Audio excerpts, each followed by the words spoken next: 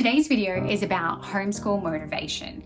It is dedicated to the homeschool mum who feels like she has to give everything she's got and really have nothing left at the end of the day. I am going to share my 6 tips that have really made change in my homeschool, in my own personal health, mental health, and physical health, and how it has impacted my homeschool in such a positive way. So today's video is all about homeschool motivation. It's all about very simple, to the point tips. I'm not going to waste your time. We're all busy. I'm going to share with you the main things that I have implemented in my life to make myself happier and therefore my entire home and family happier as well.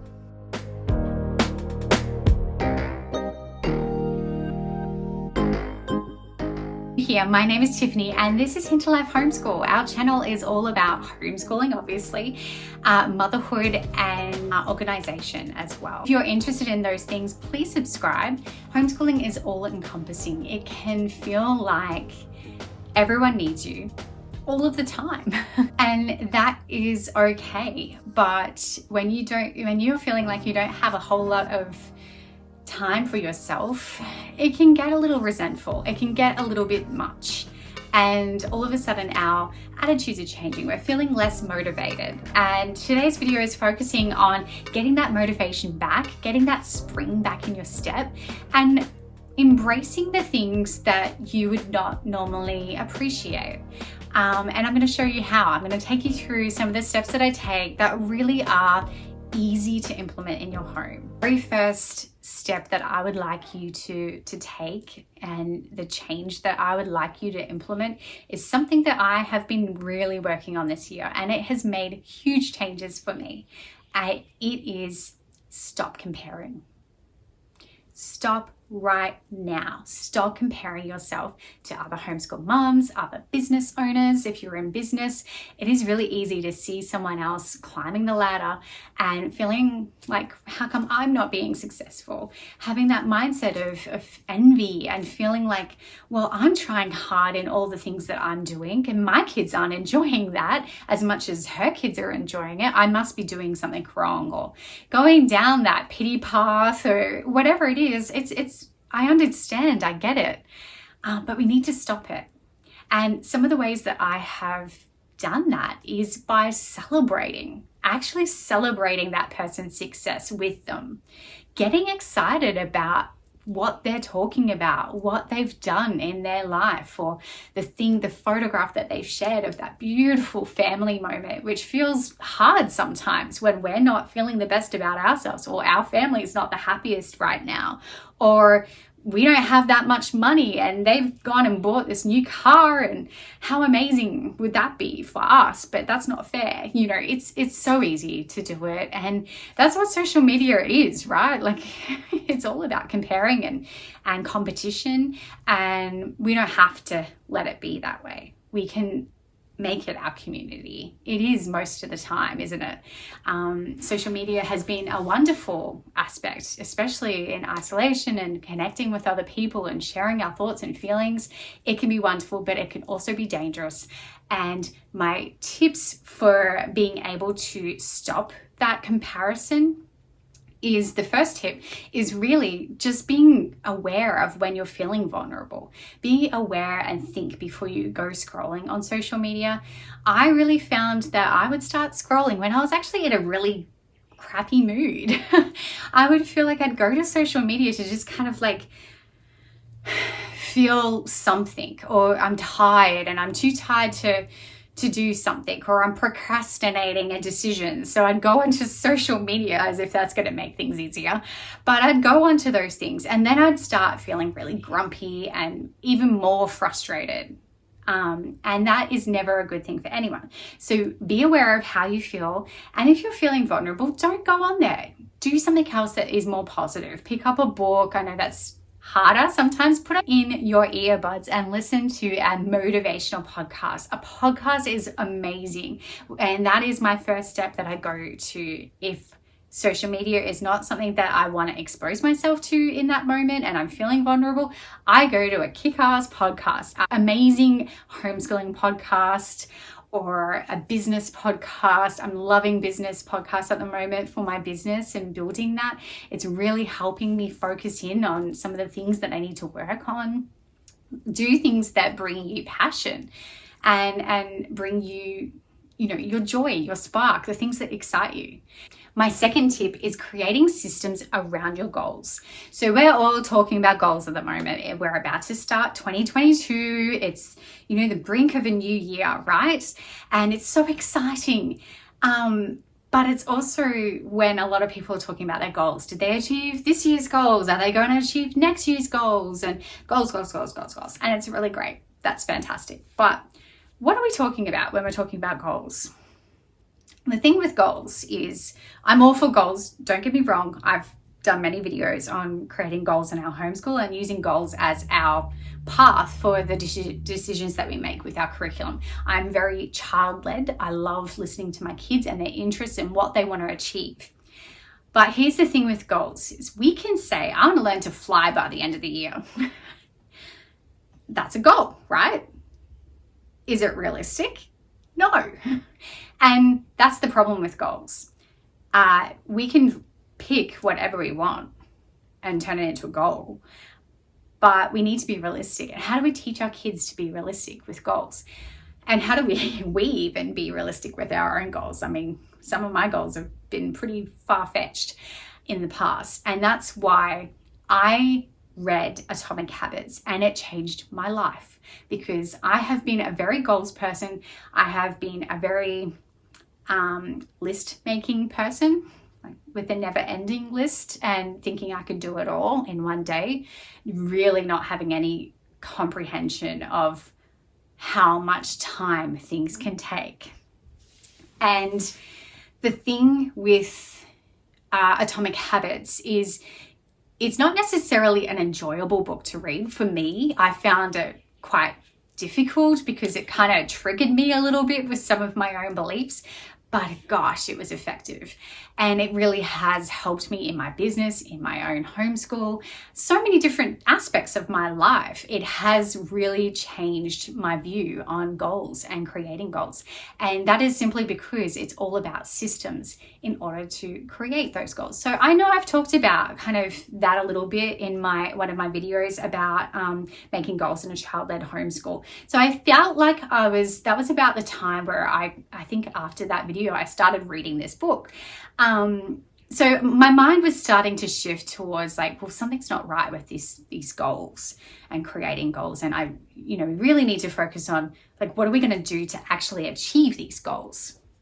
And that's where I came to read that book. And I learned that it's really about the systems in which you're going to set yourself up to achieve those goals.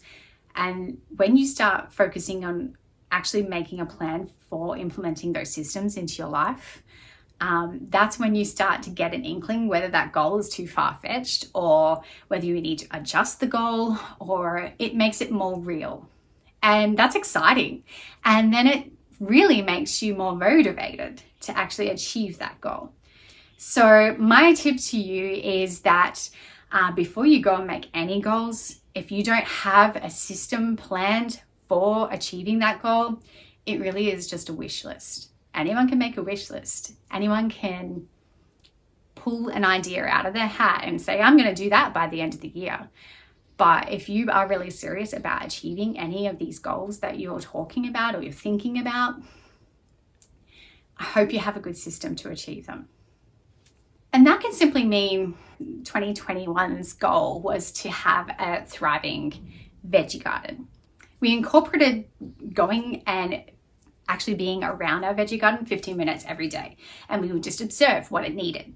So that goal was smashed within a couple of months because we had that pattern and we still do it, and it's a habit now. It's created a habit. And that, I think, is really a great connection to a goal, because really when we're talking about goals, we're trying to change something in our lives, which usually involves a habit.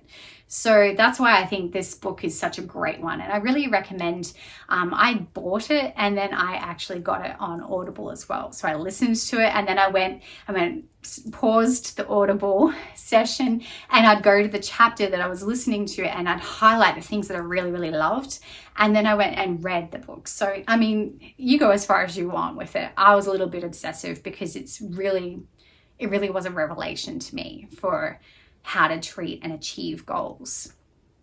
And that's something that I'm really passionate about. So before you go and make any goals, or at least before you go and say, I'm going to do this, maybe set up a system and see how that goes. Make your plan, and then you can feel more empowered to actually achieve that goal if you're serious about it. This is a good tip, and this will help you be a happier homeschool mum if you're creating goals that you're actually able to achieve. If you're kicking goals in your homeschool, you're doing it because you created a system to make that goal achievable. And that is such a motivator in homeschooling as a mother, as just feeling like you're accomplishing great things with your kids. Your kids are accomplishing great things. They're feeling so proud of their accomplishments as well. And they're learning really, really great skills about how to accomplish goals that you've set yourself, how to, incorporate that system around those goals so we can achieve them. And checking in with that constantly really helps teach reflection, which is so important. It's so important to learn. Tip number 3 is stop buying things. Please don't hate me. I feel like sometimes I feel like in these videos, I'm always talking about minimalism. It always comes back to being a minimalist. I'm not really a true minimalist. I'm not against things. I'm just against useless things. I'm just against clutter. So I don't know what that makes me, but I do believe the minimal life is a simpler life, and we could all do with a little more simple in our lives, especially as homeschool mums. Simpler is better. And I think that this is definitely something that is in line with the theme of today's video, which is, homeschool motivation and how to be a happier homeschool mum, and how I've become a happier homeschool mum. So I had to include it, and it's stop buying things. How many times have we been exposed to the whole concept of retail therapy, and it's just expected that when you purchase something, it makes you feel better. Yeah, you get a dopamine hit when you purchase something new. You also get a really, really lousy feeling afterwards. Have you ever heard of buyer's remorse? It's a thing. And it exists because we go and we buy something, we feel like it's going to solve our problems, and it doesn't, because that's not really the root of the problem, is it? So it needs to be addressed that in homeschools especially, we tend to jump the gun a little bit when we're going and purchasing curriculum. We think it's going to solve the problem because such and such is not learning this fast enough, or such and such is not interested in this book, so I've gone and bought another book, or whatever it is. I feel like the real problem is often that we actually have too much going on and we're just overwhelming everybody. That could be a different case for you, but I'd like to suggest it as something to consider, because I feel like in my experience, when I'm going to purchase something, or I feel like I need to fix something, it's usually when I'm feeling like I'm just not nailing it and I'm just not giving enough. And another curriculum is only going to put more pressure on us. And really what we need to be doing is eliminating the things that are causing us to be away from our kids. Eliminate the things that are causing stress and the things that are not working. So look at the curriculums that you're using in your homeschool. Look at the books that you're reading at your homeschool. If there are things that are really not bringing you joy, bringing your kids joy, talk about it and talk about shelving it, even if it's just for a little while. You don't have to get rid of everything, but clean out your bookshelves. Get the kids to clean out their bookshelves, their books, go through the books, donate a whole heap of stuff, sell some stuff, and then that way we've got some pocket money for extra things that actually will bring us joy.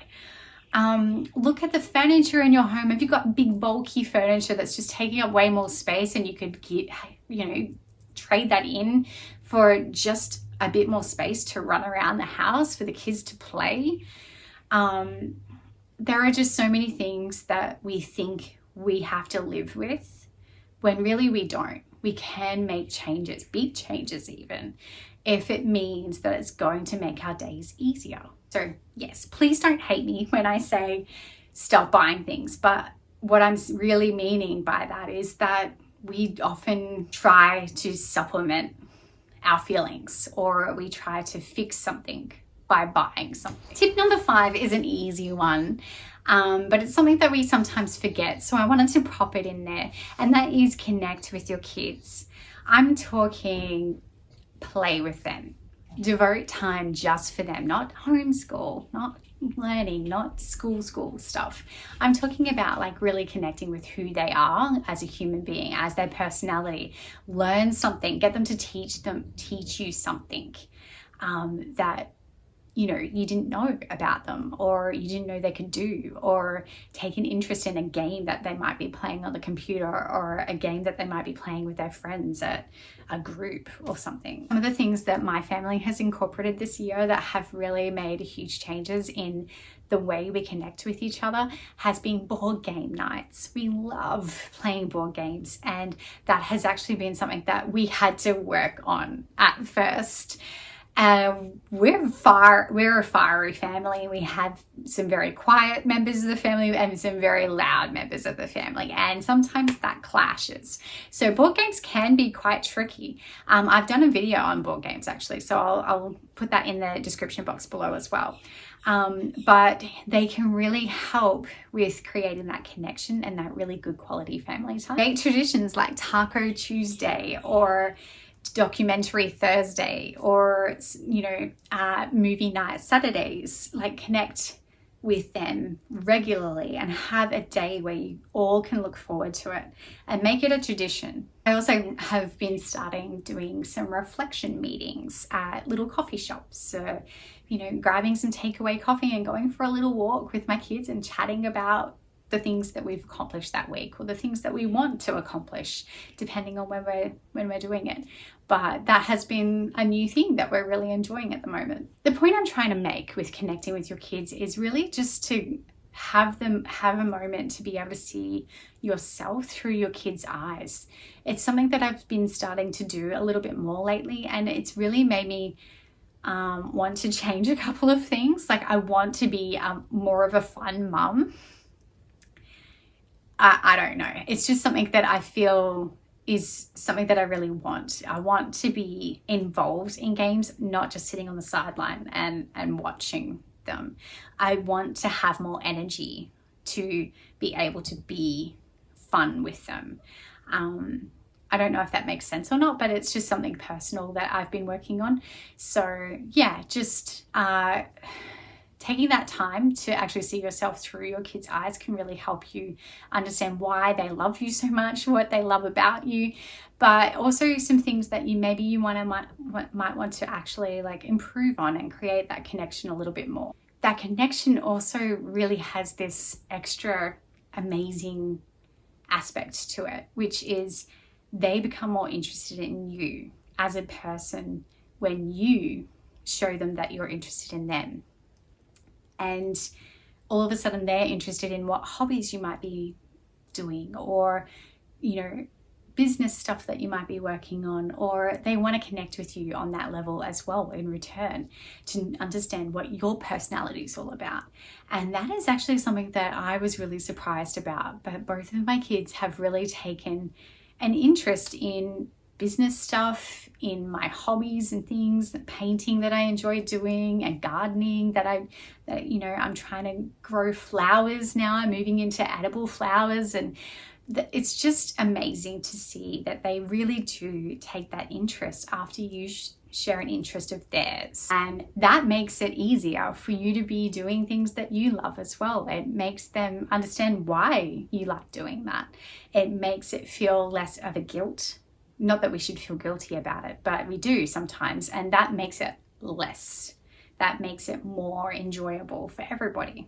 Tip number 6 is embrace the seasons, not the season of motherhood, the seasons, weather. Okay, so this is a big thing that I have really been focusing on in 2021. This is something that this year I have really felt has been needed, because I kept catching myself making excuses because of the weather. And that is never a good thing in my home, because my kids always need to have time outside. And I really, really didn't want to be the person that avoided things because of the weather. But I was. Embracing the weather can be so good for our mood, our mindset, our health. Getting out and about, no matter what the weather, we will always come back feeling better. As long as we're dressed appropriately. So make sure that is my biggest tip, is making sure that we can embrace the weather. We have a plan in place. I have an adventure box, and I update that according to whatever the weather is. So jackets, raincoats, all of that sort of stuff, depending on what the weather is, that adventure box gets adjusted. Mosquito repellent in summer, it's a nightmare. Sun cream, all of those kinds of things. Those are the kinds of things that I keep in our adventure box. And it changes according to the weather. And that has been a huge change for us. That makes things so much easier. Some of the other ways I embrace the seasons, I have created a seasonal bucket list.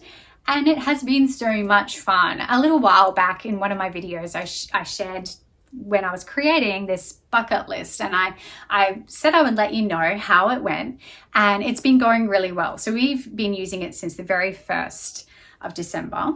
And we have ticked off quite a few things of our bucket list. We've still got quite a few to go. We've still got quite a bit of summer to go. And it really has made things just more enjoyable. And some of the challenges are like really easy and simple to achieve. And then some of them require, a big day. And we can just pick and choose accordingly. But it just feels great to have it on the wall. I love having it in our view of our family home. We're constantly walking past it. Visitors always get drawn to it, and they're always looking at it and going, oh, you checked that off. Oh, you did that. When did you do that? And we'd be showing them pictures, and it's been amazing. And a lot of our homeschool friends have actually asked for copies of it. And I thought, well, why not share it with you guys as well? And I know a lot of you are on the other side of the world and it's winter there. So I decided to create a winter version too, just so you don't miss out. And I'll have it for when we have our winter anyway. So I have a winter and a summer version, and they will be in the description box below on the blog post that I have created. That will go well with this YouTube video too. So you can go on over there and have a look at it and check it out and get your free printables. I got our bucket list actually framed. So I got it printed at Officeworks. It was $4. To get the big poster printed just on a normal paper. And then I got just a reasonably priced frame. I think it was $30. And I'm going to just change that out each season. And we're going to have an updated version of a bucket list each season. And I think it's amazing. It's really great. It's something to just kind of have, fun Friday. It brings back that kind of challenge that I've been setting myself to be that fun mum, more adventurous, and just to not lose sight of what it's like to be a kid. And it just keeps me young, and I want to stay young. I want to hold on to that for all I can. While I can run, I'm going to run. I want to just have as many fun-filled days with my kids as I can. The bucket list is definitely something that has brought us a whole lot of wonderful memories. So I hope it does for your family too. Let me know. I'd love to hear what you think of it if you use it in your homeschool. Some of the other ways I embrace the seasons is with food. So I'm part Sicilian. Food is a huge thing in our family. We love food, and I love to match food to the season. So obviously, like hot foods, hot soups, beautiful hot cocos in winter. And then in summer, we have icy poles and frozen yogurt and snow cones and, all of the lovely cooling fruit salads and things like that. So that really does allow us to look forward to that time of year where we have those yummy, delicious things each season. Yeah, I feel like that adds a lot more excitement around it. So those are my 6 tips for creating homeschool motivation, getting that spring back in your step and feeling like not everything is just for everyone else. You still have things for yourself, and just incorporating a little bit more connection and not losing yourself in the busyness of motherhood and homeschooling and all the things that you are required to have done at the end of the day. You still need something for you. So I hope this video has helped you see that. I hope that you're feeling encouraged or maybe even inspired to give some of these things a go if you haven't already. Don't forget to go to the description box below and make sure you get that printable. I want to see it in your homeschool. Let me know. Follow me on Instagram, Hinterlife Homeschool. I'll leave the handle down here, and I would love to connect with you over there as well. Like this video, give it a big thumbs up. It really does help my channel, and I will see you in the next video.